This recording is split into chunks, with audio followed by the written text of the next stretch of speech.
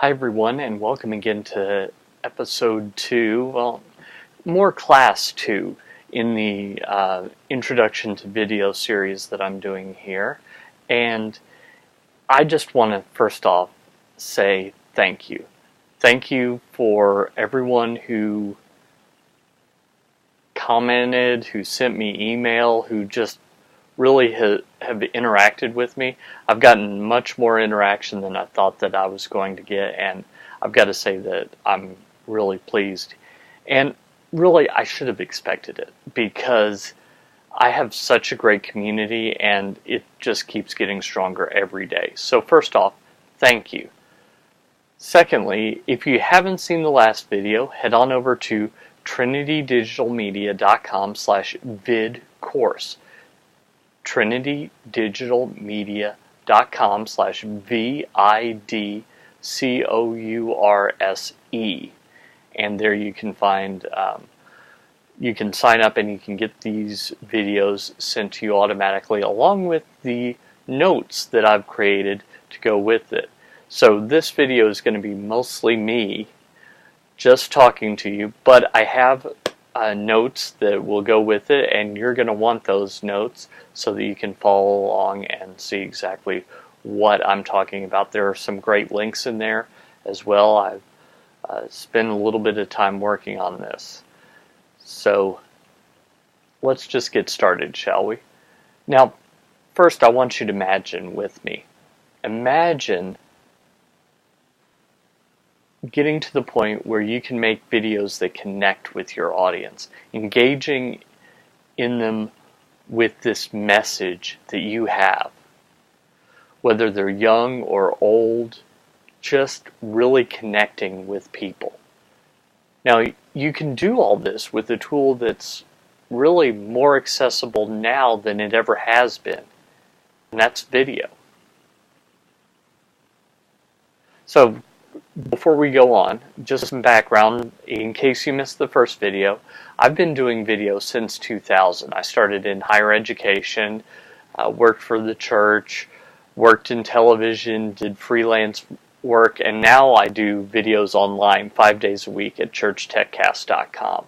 I've literally written the book on using video for churches. So that's where all this experience comes from, and this is the kind of experience that I want to share with you. So let's first start with today's topics. Let's talk about genre. So that's the first tip that I have for you, is to discover and use genre. Now, you might not know exactly what I mean when I say genre. I want you to think about it this way. Every video that's ever been created fits into a certain genre. It's part of a certain set of videos. Now, it's not limited to video, of course.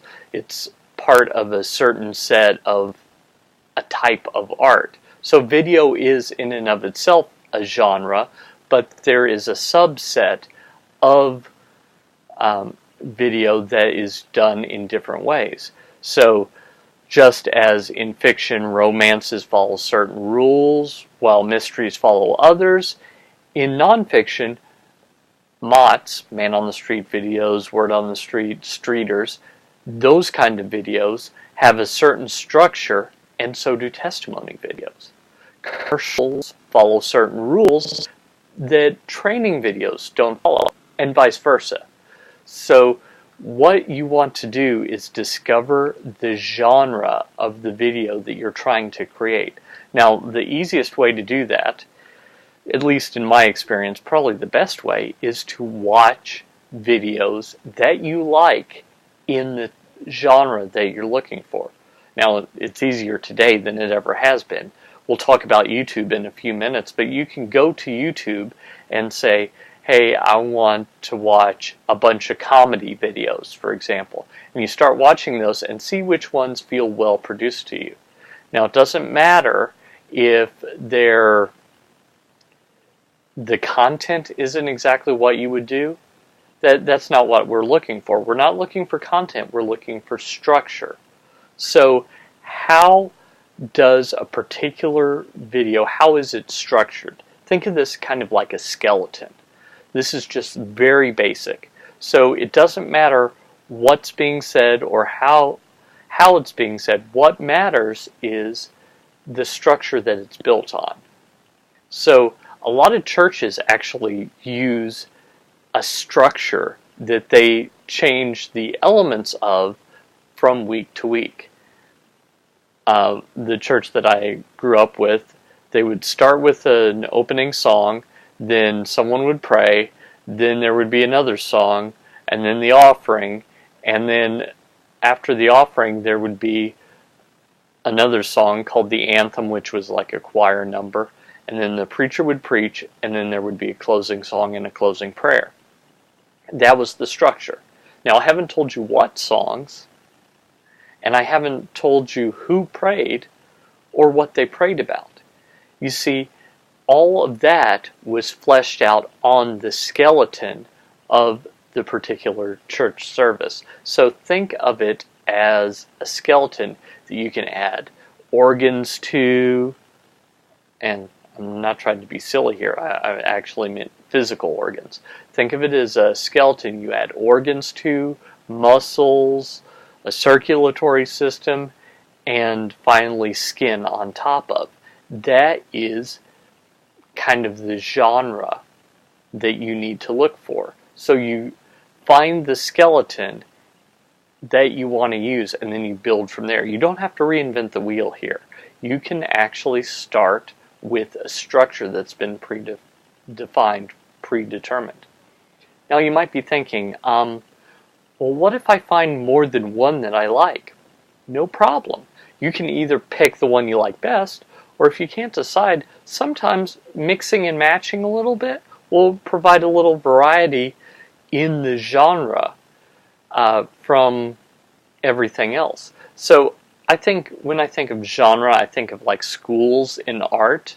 So the Dutch masters painted a certain way, and the Impressionists painted another way, and the Cubists painted another way, and so on.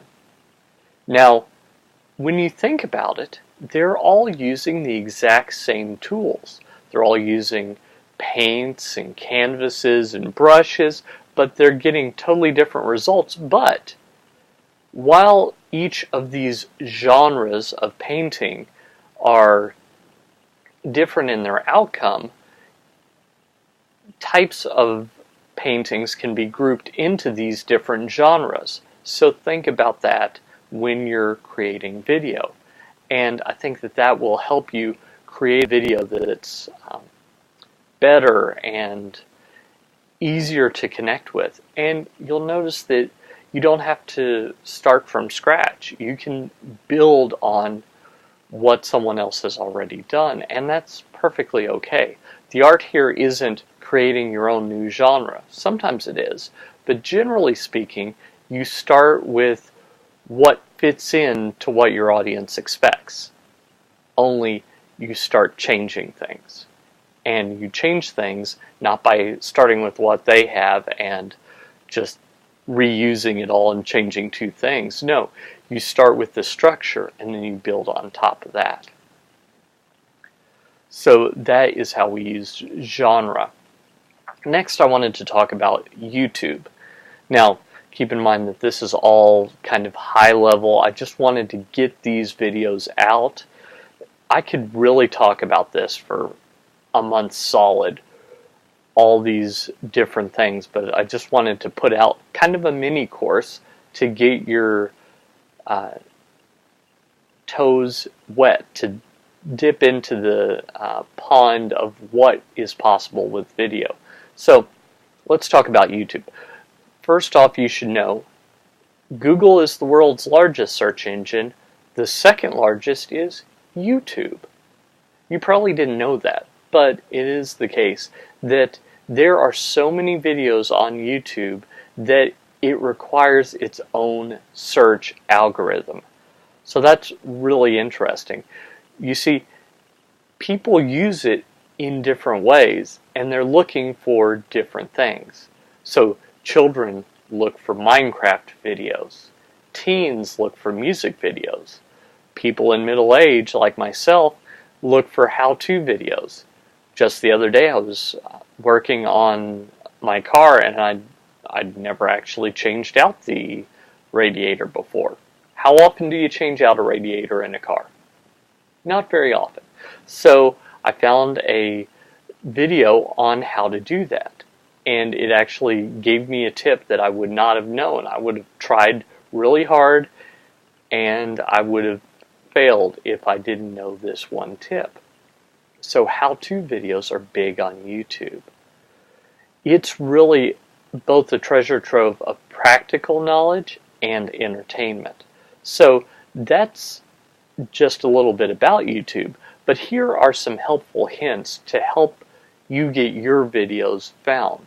First off, I want you to have a separate account for what is aimed directly to your audience versus what's aimed directly to your family. Because there's nothing more odd than being subscribed to a channel and thinking, oh, I'm coming here for one kind of content, and then you get all these notices about something totally different.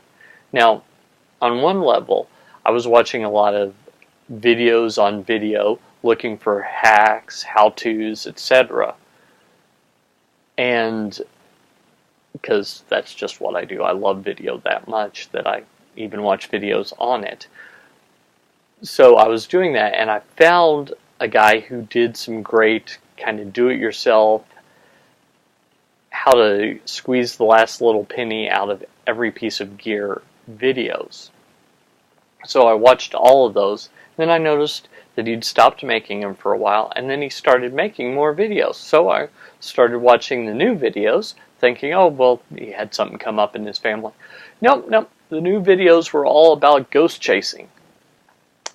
Yeah, and not so much about lighting for video at all.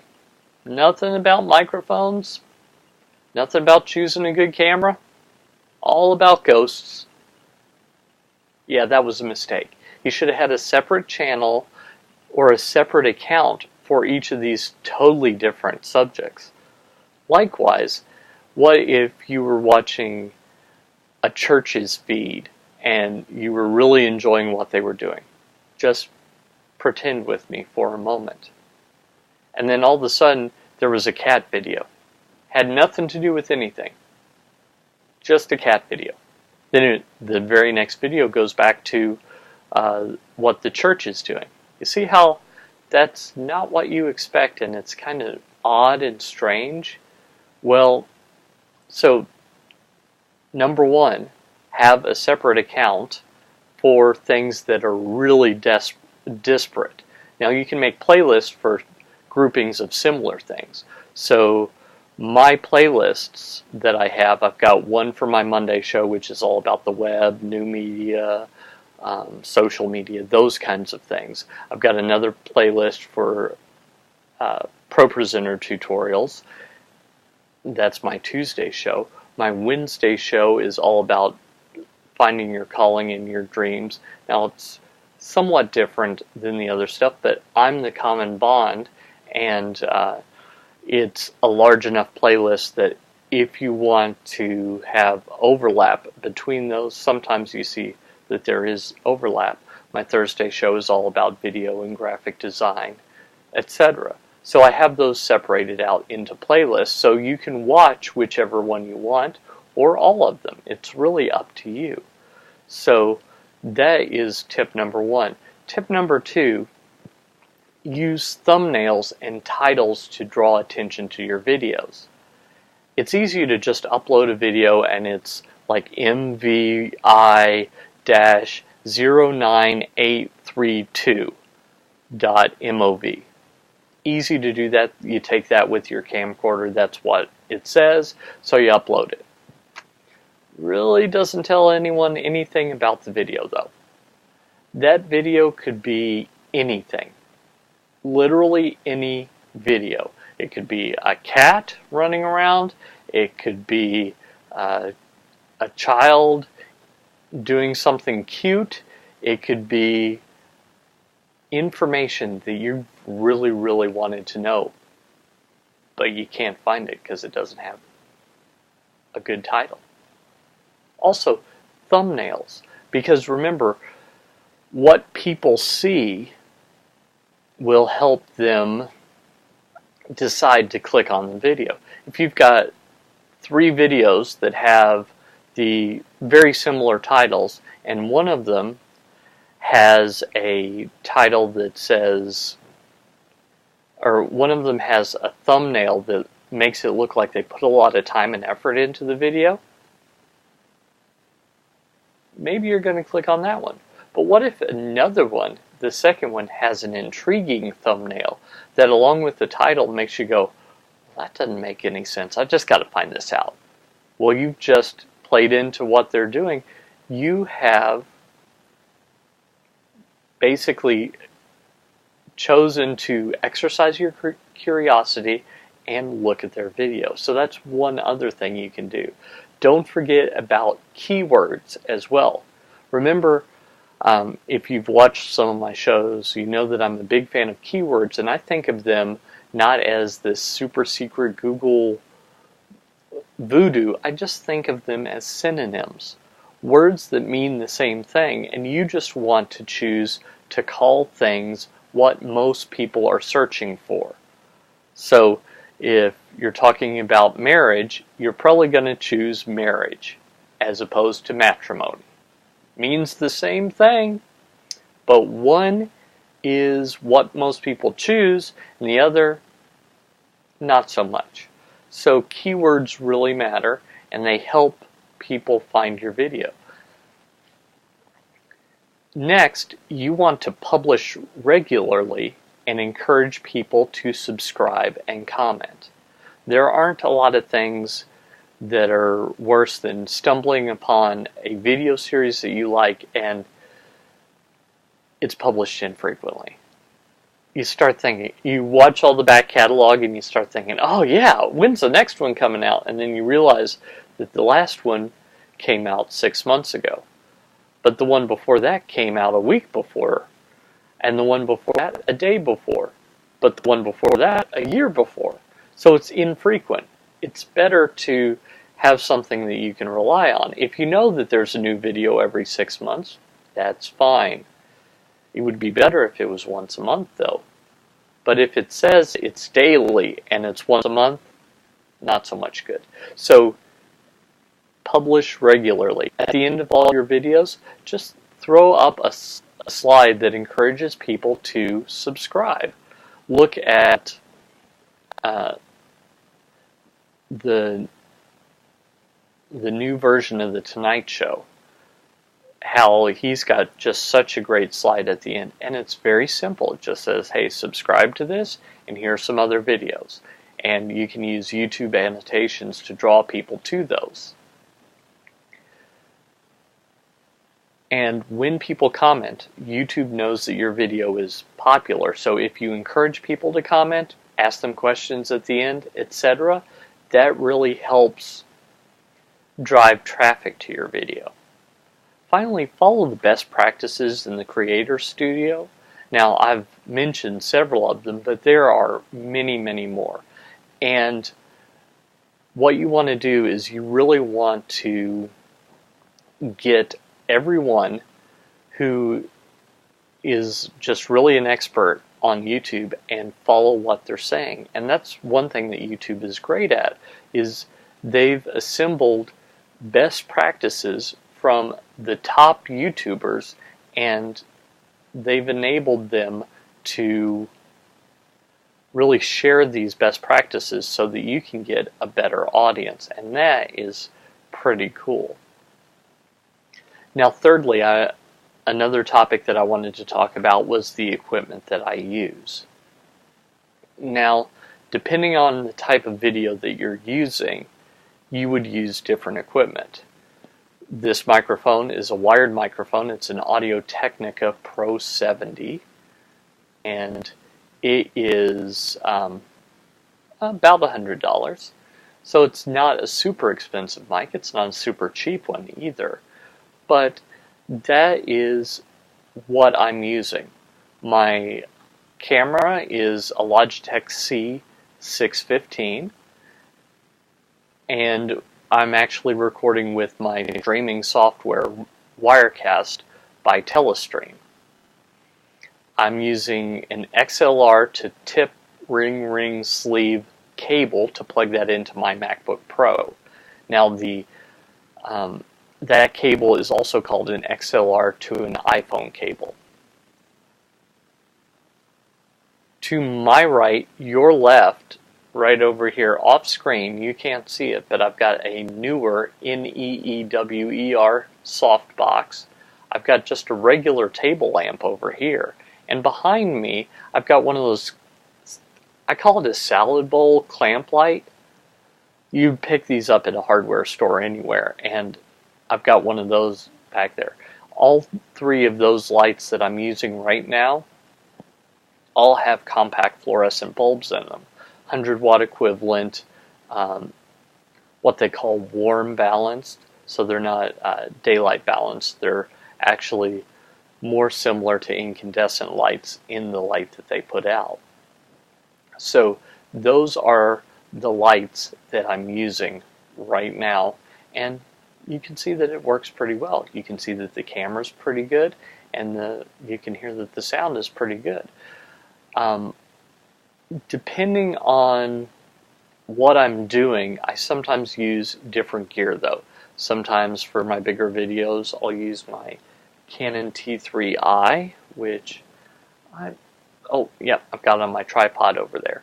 So I was going to show it to you, but it's just a little outside of reach. So you'll just have to trust me on that. I've got a Natty SGM 12 shotgun mic that I sometimes use. I sometimes use a Behringer XM 8500 handheld mic, which I record those two into a Zoom H4, which is also, it's been replaced actually by a newer model called the H4N, as in new. I don't know that that's what it is, but if it helps you remember it. So that was replaced by the H4N in the Zoom product line. And my professional light kit that I use when I'm out and about, if I need a light kit, is manufactured by Lowell, Lowell. Now, if you're taking notes, you might be thinking, that's a lot of stuff. Well, let me tell you, if you download the PDF that comes with this lesson, I've included a link to my website where I have links to all this equipment, so you can just decide which is within your budget and which is not, and then you can go from there. I'll mention it right here, but you don't have to remember it. Remember, you can go and get this PDF, no harm, no foul, no problem. trinitydigitalmedia.com/other-resources. That's trinitydigitalmedia.com/other-resources. And that'll give you a list of everything I use, including some other things that I haven't mentioned just because of time. So, some of you right now are thinking that video is too expensive, because I've just listed all this stuff here. And I mean, it makes perfect sense that you might think, wow, I don't have the money for all that. Well, first off, I want to tell you that when I first started doing video, only back in 2000, so I've been doing this around 15 years, but when I started doing this, I couldn't accomplish nearly the amount of stuff that I can for as little money as I've spent. Back then, we used to say, well, you know, some churches complain about the cost of money or the cost of this gear, but their organ costs a lot more. Well, compare that to today, where we're actually talking about things in just single-digit thousands of dollars for really high quality. But you might already have the gear to do it yourself. So first off, I want you to reach into your purse or your pocket and do what I'm going to do right now, and that is pull out your phone. Is it a smartphone? This is an iPhone 4S, just because I don't like contracts, so I've got an older phone. But this is an iPhone 4S, and it is capable of taking 1080p video. There are newer phones that are capable of taking 4K video. So while you don't have quite the control that you do with professional equipment, under the right circumstances, you can get really, really good video just by using your smartphone. Now, as far as audio is concerned, you might be thinking, well, Paul, I've taken some video before, and the audio's kind of No problem. What you want to do is you want to reach in your pocket again, or you might not have this in your pocket or with you, and you want to grab your headset. Now, on your headset, chances are it has a little microphone in line, and that microphone can be perfectly adequate for capturing sound just from one person. So you can take your smartphone and the headset that came with it, and if you've lost that, don't worry, you can pick them up at Walmart or Amazon.com or all kinds of places. You can pick them up for very little money. We're talking $10 to $20. You can pick one of those up, and then you can use that. So that leaves lighting. Well, you can do what I've done, and with the exception of my softbox, which you can order if you want, it was very inexpensive. With the exception of my softbox, all my lights are just regular lights that I found around the house. So you can do something similar. Just repositioning your lights could potentially give you better lighting. So you can have a high definition television studio in your pocket and not even know it. In fact, there are a lot of internet marketers and all that are talking about how you can take just really great video with your smartphone. And maybe that's something that we'll touch on next time. So maybe that's one of the things that you were thinking. But you might also be thinking, I'm really not all that technical. That's okay too. The reason is, if you've ever taken a video with your smartphone, if you've ever used a camcorder, with just a few tweaks, with just a little bit more effort, you can get much better video than what you're doing already. And we'll talk about some rules, some composition, etc. next time. But I just want you to consider, if you've taken a video, if you've uploaded it to Facebook or YouTube, you can do this. It's really not all that difficult. And if you've taken a video but you've never uploaded it, well, it's really not all that difficult. So we'll talk a little bit about doing that. So that is really, I don't see the technical limitations as an excuse. Very basic editing. You start the camera, you stop it, and you trim off the end. That's well within reach. Well within reach. That's the kind of editing I'm going to do on this, by the way. Next, you might be thinking, well, I really don't have the time. I know you're busy. We're all busy. But let me ask you a question, because I think that we're going to find some time for you. I'm going to give you this gift of a little bit of time. How many television shows that you watch would you not watch if there was something better on? Is that like a half an hour a week? Maybe an hour a week? 5 hours a week? 20 hours a week? You've got some time. You just don't know that you've got some time. So all I'm asking you to do is eliminate one of those shows. If you eliminate a half an hour of, man, I wish there was something better on, I think that with that half an hour, once a week, you could put out a 5-minute video, no problem. So that is just another thing to consider. What if there's more things that you can eliminate? Or what if you think, well, that's fine, but even if I have an hour once a week, there's no way I can make a video in that time. Oh, really? You know that I make 5 videos a week? In fact, this week I'm making 8. Yeah, it's possible to do. Now, you're probably thinking, well, Paul, you've got a crew that... No, just me. You're looking at the crew right here. That's the crew right here. Yep, I do all the work, and I can release them with some degree of regularity. And when I say some degree of regularity, I mean normally 4 to 5 videos a week, more often 5 than 4, but life happens occasionally. So you just need to know a few of the tips and tricks that I'm going to tell you. That's all.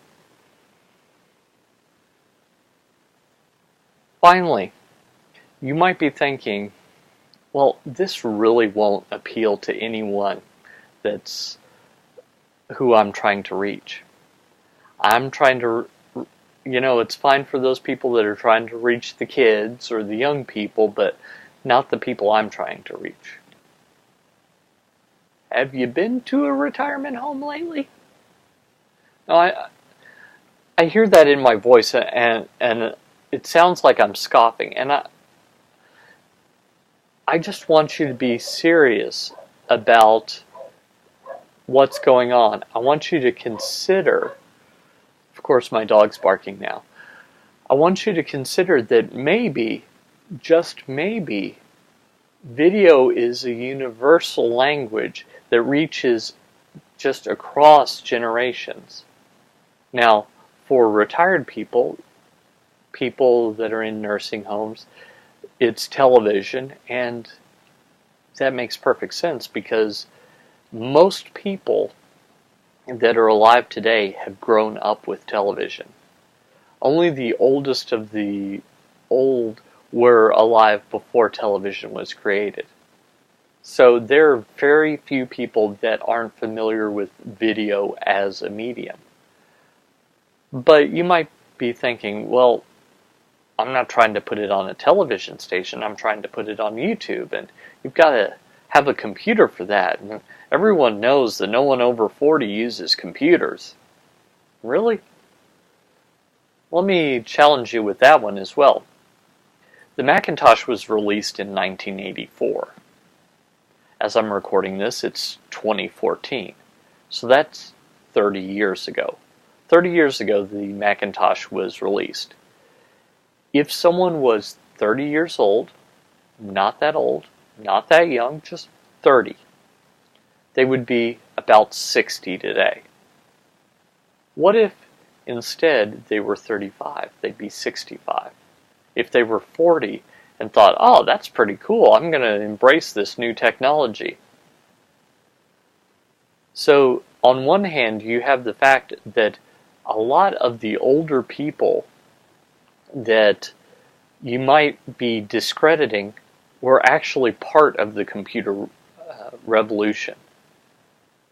The other thing is that as clock cycles, as processors have become less and less expensive, the ways that we use them have become more and more